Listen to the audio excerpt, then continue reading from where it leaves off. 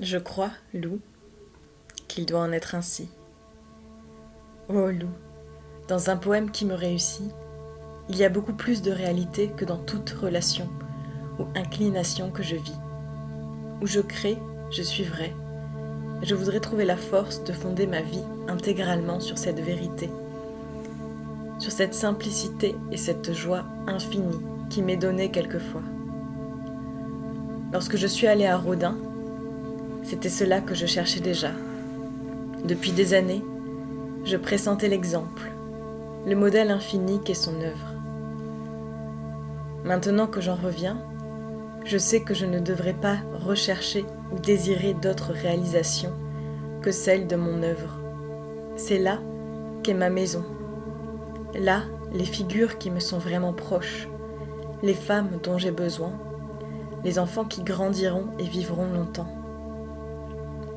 Mais comment trouver l'accès à ce chemin?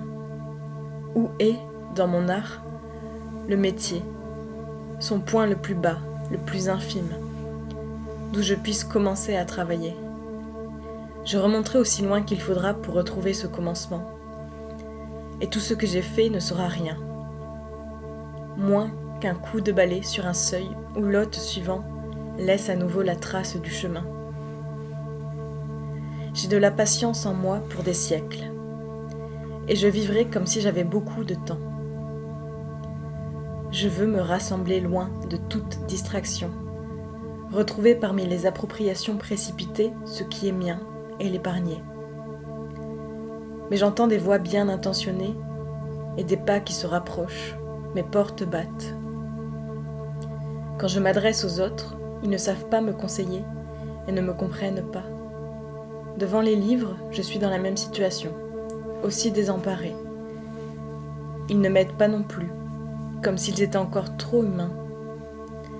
Seules les choses me parlent, les choses de Rodin, celles qu'on voit aux cathédrales gothiques, les choses de l'Antiquité, toutes les choses accomplies. Elles me renvoient à leur modèle, au monde aimé, vivant, vu avec simplicité, sans interprétation, comme pur prétexte aux choses.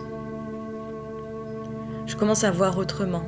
Déjà, les choses sont infiniment pour moi, et des bêtes me sont venues de singulières stimulations.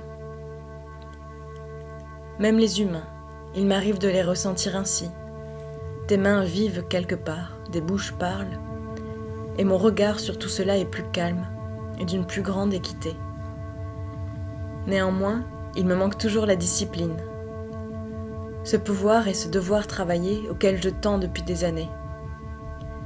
Est-ce la force qui me manque? Ma volonté est-elle malade?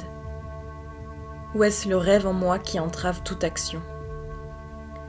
Les jours passent, quelquefois j'entends passer la vie, et rien ne s'est encore produit. Il n'y a encore rien de réel autour de moi. Je ne cesse de me diviser et de me perdre en ruisselets, quand je voudrais n'avoir qu'un lit et grandir. Car il doit en être ainsi, loup, n'est-ce pas? Nous voulons être comme un fleuve, et non nous canaliser pour irriguer des prairies. N'est-ce pas? Nous devons nous rassembler et gronder. Peut-être aurons-nous le droit, un jour, quand nous serons très vieux, tout à la fin, de céder et de nous répandre en un delta, cher loup.